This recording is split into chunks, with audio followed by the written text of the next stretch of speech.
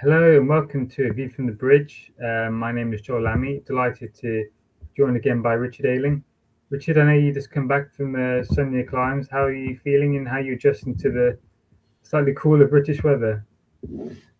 Yeah, no, it's always a bit of holiday blues when you get back from the warm Greek islands, and as you get off the plane, it's actually chucking it down with rain. But back to reality now. But yeah, nice to see some red ball action coming up because although the white ball was a bit more positive than it looked, still more excited for some of the red ball action coming up. Absolutely. I mean, I really enjoyed the Blast, but there's something about the County Championship which is just yeah. Although to be fair, I find it more stressful because the results matter more, I suppose. With the Blast, I don't feel like not have much of a chance of winning the competition. But with the championship, we're kind of so in the thick of it. It's like every session, every day, it's like this could be pivotal. Every bonus point, checking the rain forecast. Can we escape with a draw, or will we run out of time to win? It's exciting, but stressful as well. And we'll touch on the championship in a minute. The Blast, three losses, 3 wins, hammered by Derby, beat Derby. I mean, social media was in meltdown, and now everyone's like, "This is fair play." Sometimes we do need to not get too up and too down, although it's not always easy. What have you made of it all so far? It's been a bit of a bizarre campaign, isn't it? I think after sort of the first 3 games, you thought, well, we're going to end up bottom of the table. Nothing seems to be working. Nobody's playing particularly well. Where's the next win going to come from? And suddenly we're the second in the table, albeit I think that is, I don't know whether it's a false position because there are a lot of teams that seem to have a few issues in Lancashire where the Bomber of Livingston coming back in his knock last night. They've sort of picked up, so they're not that far away either. So yeah, it's a bit of a strange campaign. I mean, I think obviously even though we won 3 in a row, I still slightly on the negative side about the team. I'd be very surprised if we qualified, but then I was very surprised. I didn't think we win 3 in a row. So it's been a very difficult one to make out, but I think it's still a below average T20 side from what I've seen. I would be surprised if we qualified, but I mean, it's not a strong prediction because, yeah, it's been, as I say, it's been completely bizarre. Yeah, I mean, I didn't have. I think when I saw kind of first few games and the bowlers were getting whacked around a lot, I was a bit like, why are they doing this? But fair play. Dylan Pennington's come back strongly. Ollie Stone's had his moments. Mo Ali's just gone from strength to strength. I was even thinking, well, why have they picked a left arm spinning all rounder and a fast bowler for overseas options? But again, they're coming up trumps in tight games. It feels like the momentum's there. I still don't think we're convincing. It feels like the wins are tight games and we're kind of seizing the moments. I wouldn't have us among maybe the best 8 sides, but we're currently in the automatic qualification places. I think what makes me nervous is Lancashire because imagine after the break they're going to have Butler, Salt back as well. Saki Mahmood, Luke Woods, all these players. I mean, I think they're going to be quite formidable, aren't they? I mean, I'm a bit worried they might make a bit of a run for it. I don't know about you. Yeah, it's a difficult one last night, wasn't it? I wasn't sure who wanted to particularly win. I think you're probably right, as Lancashire are going to come up hot and potentially may get second in the group. But, yeah, they could be the ones that end up finishing second, and everyone else is going down to see if we can. I don't know what the situation with the best placed third teams. I think that maybe our group might be struggling because it's so tight. There's no one sort of falling away. That yeah, we're not going to be one of those teams. But yes, there's every team's apart from maybe Yorkshire, where they yeah, was it last game where they lost to Leicestershire? So yeah, I think all teams have got a few problems. So yeah, I think you might be right. It might be a Yorkshire Lancashire one too. There's still there's still a fair way to go. After the first 3 games, I thought we might be completely out of it, but we are banging it. But I don't know whether the performances so far have given you confidence to finish top 2. I'm not convinced.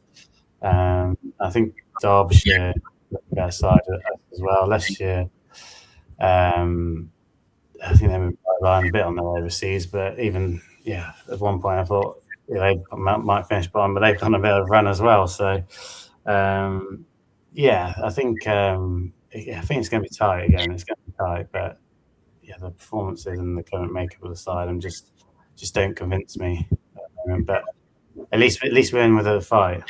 I think that's the thing. It's nice to go into the second half with something to play for.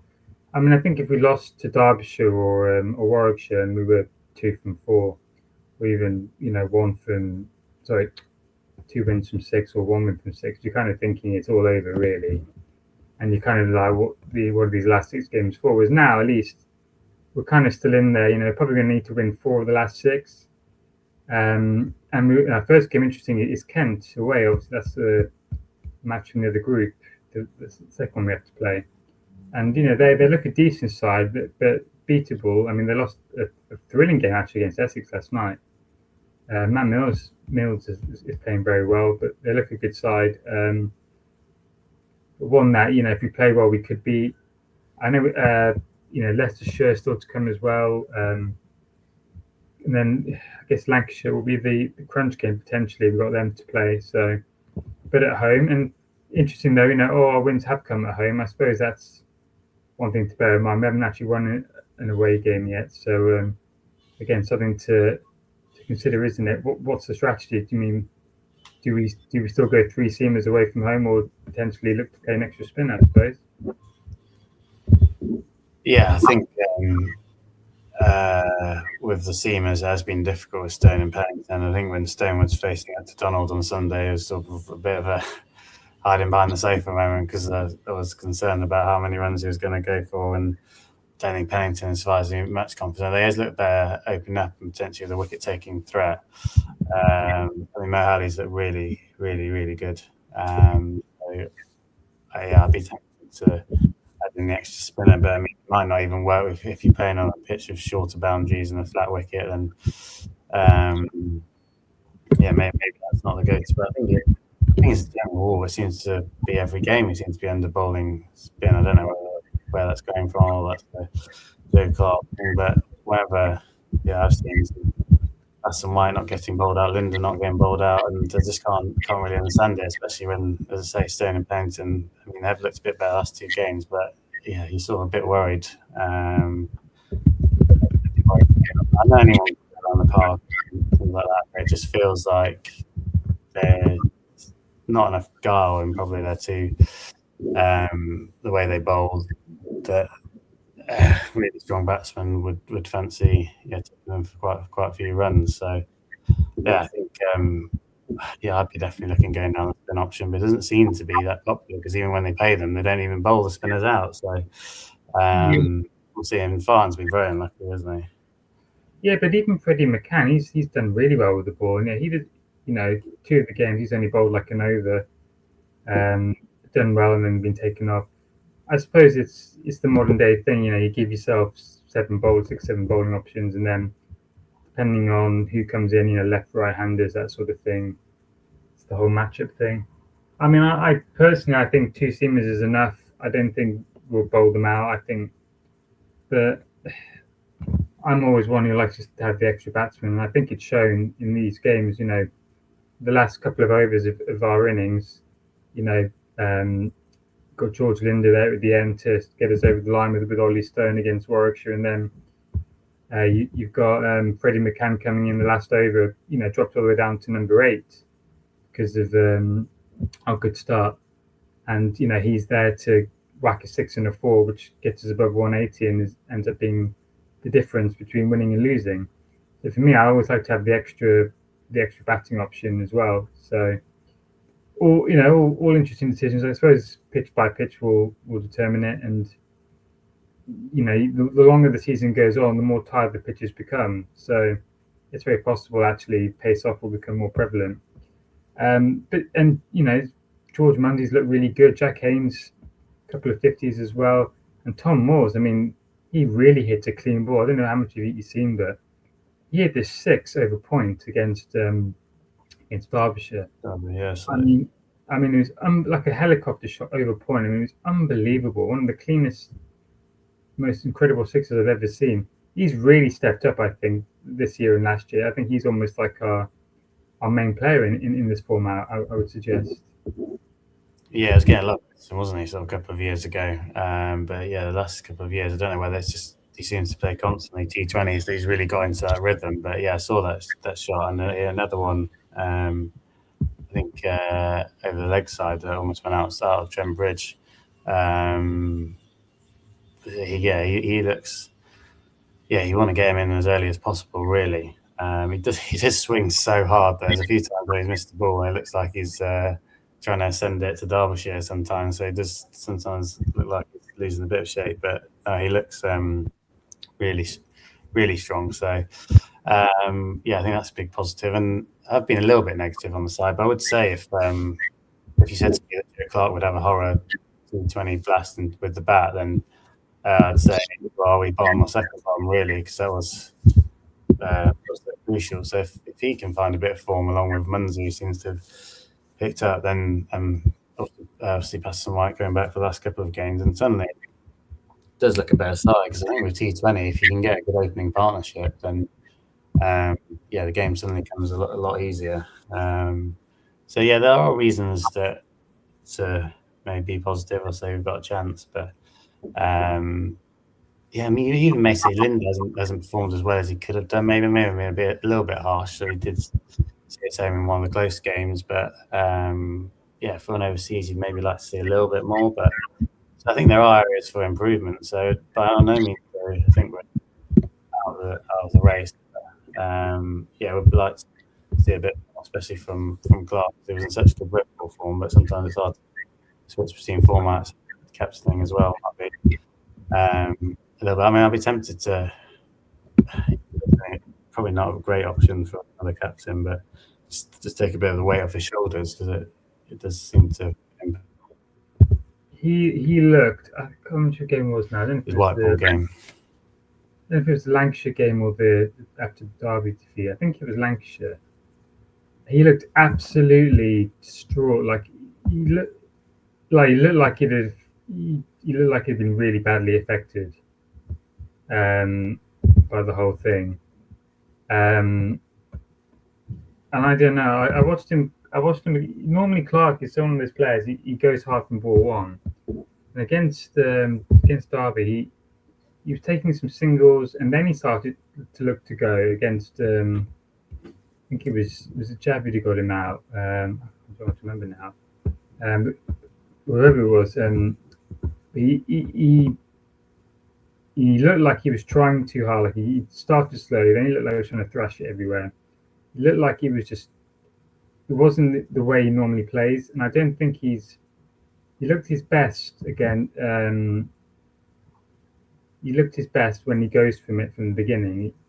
I think that's something that doesn't seem quite right with him in terms of whether he cares too much or he's finding it too difficult. I don't know, or can't be formed because we've seen the way he's been playing this year.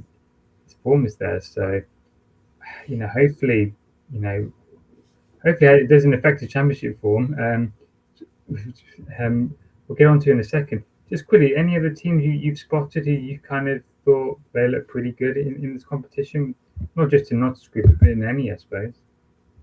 Well, I think in our group, I think Derbyshire are a difficult one. You've probably seen, but I only saw the second game, missed the first game. But I've seen them play. I think I saw them play Leicestershire as well. I mean, they do look a good side. They seem to have good balance, and that opening partnership obviously fired pretty well. And Donald looks an exceptional player. So if you're going to ask me who is going to qualify now, I think I'd be saying they'd be there or thereabouts. I think they are actually.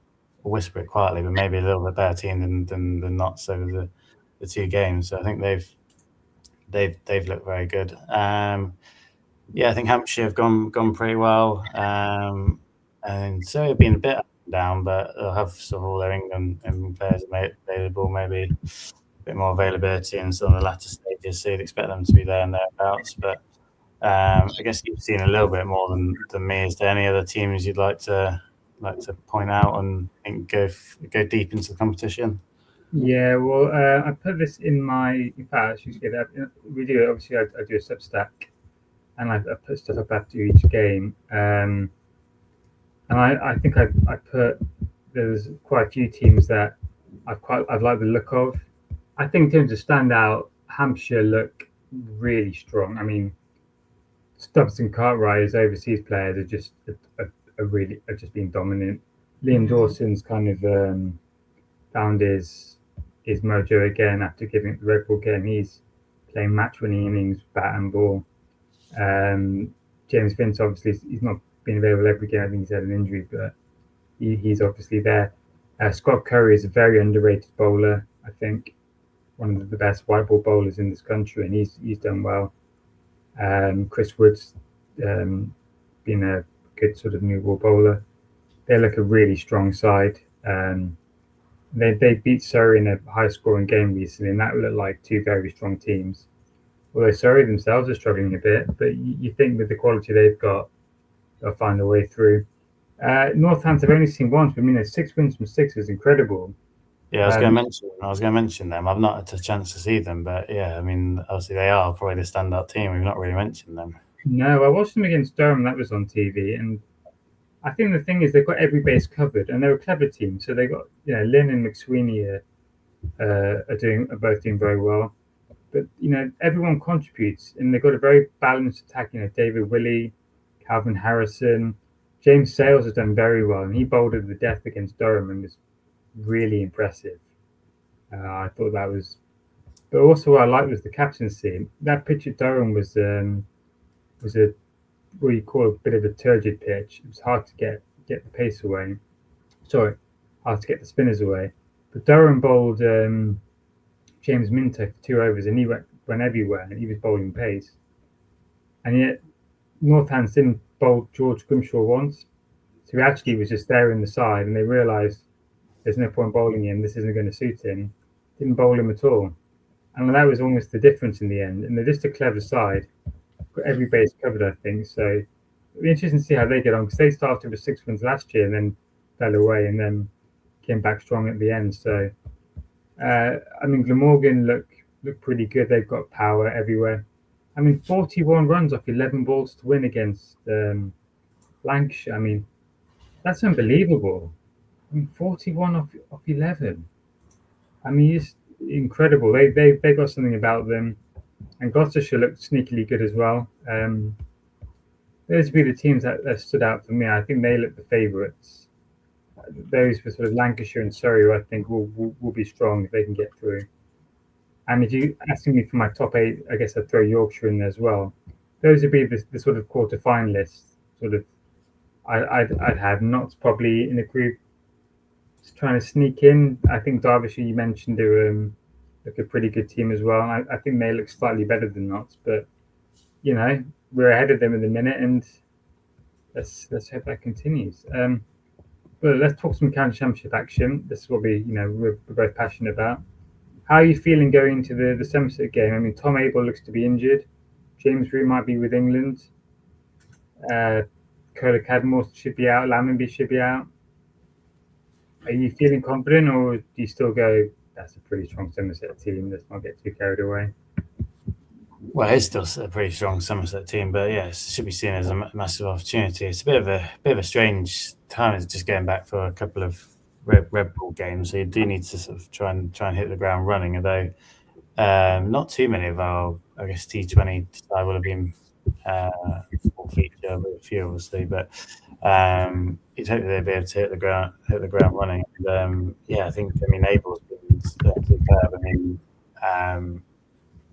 yeah, I would have loved to see him play for the Lions. It's been, especially on the batting. I know they won. I think they won yesterday, but yeah, apart from that, the batting's been poor. But I think it's, I mean, Notts should be seeing this as a massive opportunity. I mean, the opening game against Somerset was fairly even. Maybe Somerset slightly had the edge, but yeah, I think these are the sort of games that you want to try and take advantage of. If we are going to win the title, then you need to, yeah, it needs to be this as a massive opportunity. And I don't see, yeah, with quite a few of their either the batting order and the openers for Somerset has been a bit chopping and changing all the time. I think you start well, get on top of that, and then with no Abel, you'd fancy. They always seem to bat forever, Somerset, don't they? But yeah, start well, no Abel. Yeah, a few others missing as well. Really, you think it could be a big opportunity. Yeah, what are your thoughts? I mean, if Abel and Rue are out, I mean, they're the ones who always score against us, and I think they put on 300, whatever it was last year against Notts at Trent Bridge with the Kookaburra. I mean, Somerset. I'm doing my preview now, and Somerset should be having the season of their lives. I mean, they blew leads of over 100 against Yorkshire and Glamorgan. They should have won both of those games and should be at the top of the table. They had Sussex 7 down second innings. They probably declared too late, and then the rain saved Sussex. I mean, that's 3 wins they've probably given away there and got a draw instead. They should be miles ahead. And then in the Blast, they start with, I think, 2 straight wins and look dominant, then lose 4 in a row. Now they've got players injured and unavailable, and it's almost like you kind of don't know what to expect from them. It feels like they should be the best team in the country at everything, looking at the way they're playing, and yet one bad performance against Notts now, and they could be pretty much out of 2 competitions already. So I don't know what to make of them really. I'm always nervous playing Somerset. Any win over them is always really difficult. They bat so deep. I mean, Lewis Gregory, Craig Overton, Miguel Pretorius. They bat all the way down. 20 wickets against them will be difficult, and especially at Trent Bridge. Even when they start with a green wicket, the pitch flattens out a lot. Maybe the rain we've had this week might make it extra fresh, but then if we end up batting first against Gregory and Overton and Ogborn and Pretorius or Ball, whoever plays, I'm going to be very nervous. So I wouldn't say I'm confident, but it's a good forecast. And I'm always of the opinion when you play one of your rivals, and I think the same with Essex next week, if you come out of there with a draw and a good handful of points, I'm quite happy. I think for us, it's about being in the hunt going into late August when pitchers will be tired, it'll be result wickets, and that's when you need to kind of win. Because I don't mind a high scoring draw personally, but maybe I take the long term view rather than the short term. What would you do? I mean, got to be careful with pitches as we know, but do you produce a result wicket and kind of hope you come on, back your bowlers, or do you stick to kind of what we saw against Surrey, a pitch which does a bit for day one, but then maybe flattens out, knowing full well we haven't got Josh Tongue available to kind of provide that point of difference. Yeah, well, I think that being top of the table, there's no reason for you to sort of play all your cards or go gung ho in sort of any of the cricket we need to play. I mean, not seen too many results across the country overall, so I don't see any reason why we'd have to produce a result wicket. And yeah, with Tongue out as well, I don't think there's any need to do anything in silly at the moment. I mean, yeah, it's a sort of you do feel like it's a massive opportunity, but then yeah, you don't want to get the first loss of the season, have a bit of a bad 3 games between the Blast, and suddenly they're not chasing. So, yeah, I mean, yeah, I think it's a good opportunity, but yeah, so I would be. Again, we'd be fine with a draw, see what's going on elsewhere. I mean, Surrey don't look like they're going to get a result, which is good. And I mean, in terms of who you'd be most concerned about, I know it's pretty close, but in terms of who you'd be most concerned about catching us, probably Somerset. So you don't want to give them any hope, and Warwickshire will probably be the two along with Stoke, but another draw. So if the chasing pack aren't making ground up on us, then we're the ones being there and done it last season, and yeah, we'll have maybe definitely going to be that available, but yeah, I think others are going to have to chase us. So I know there's not much in it, but yeah, we're not doing anything to at this point in the season, especially just a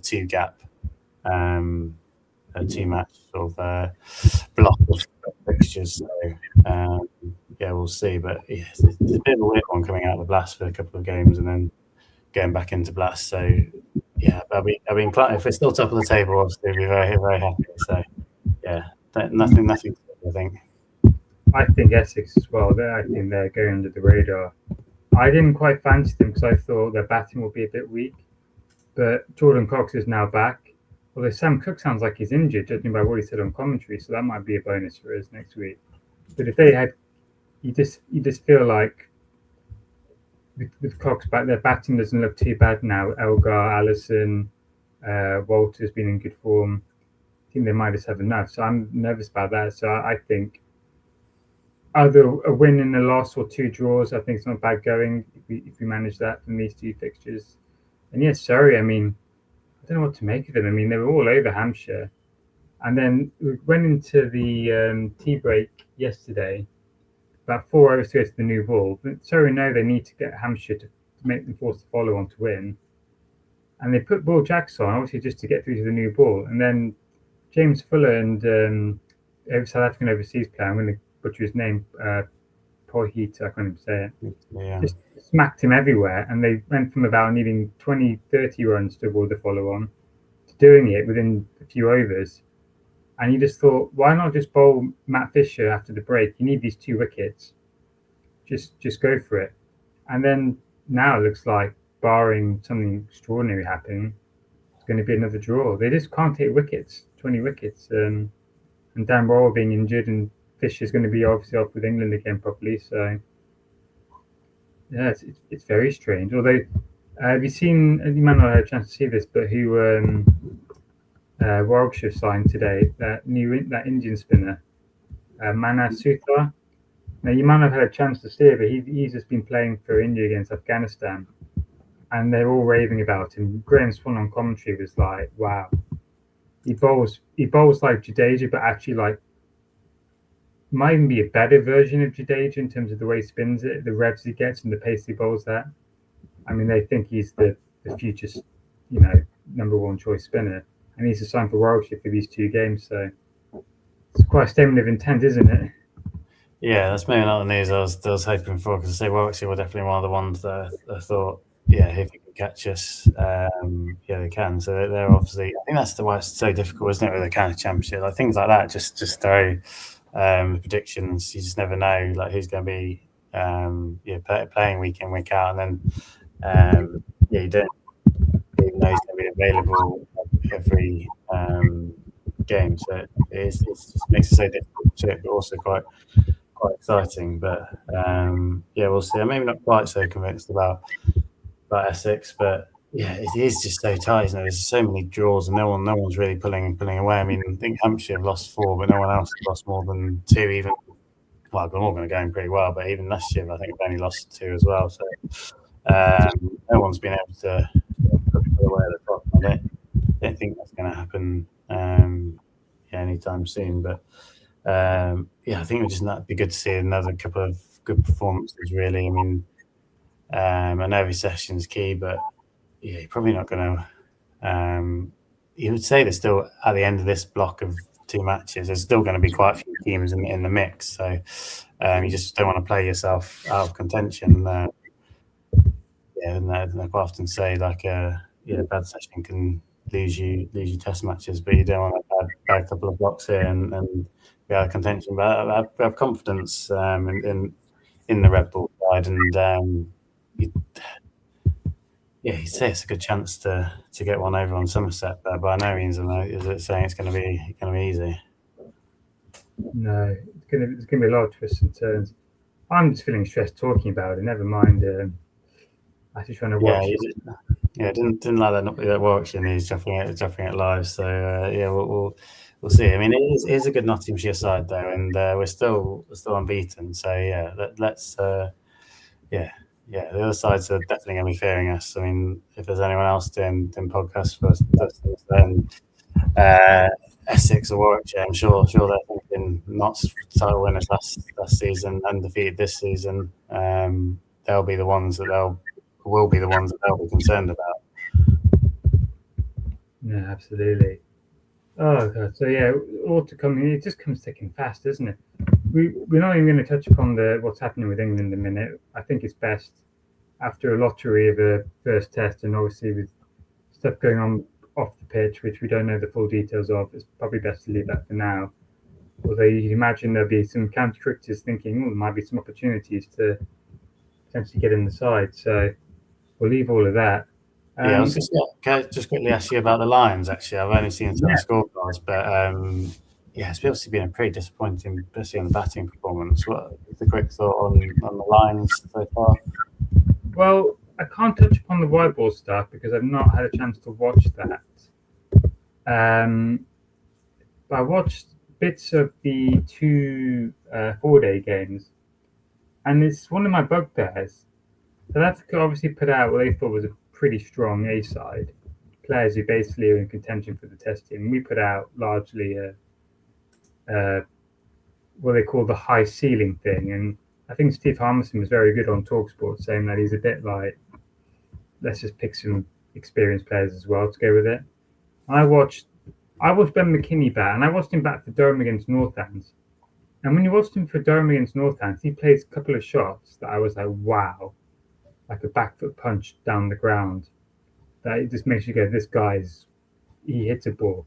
But then I thought, it's like when you watch Zach Crawley, he hit a cover drive before, and you go, this guy's should be amazing. Then you watch him bat against South Africa, and his technique looks all over the place. This does not look like a test opener anywhere near. And he looks like he'd be a Crawley Mark II at the minute. A guy who can play great innings, probably hasn't got the technique to kind of sustain it.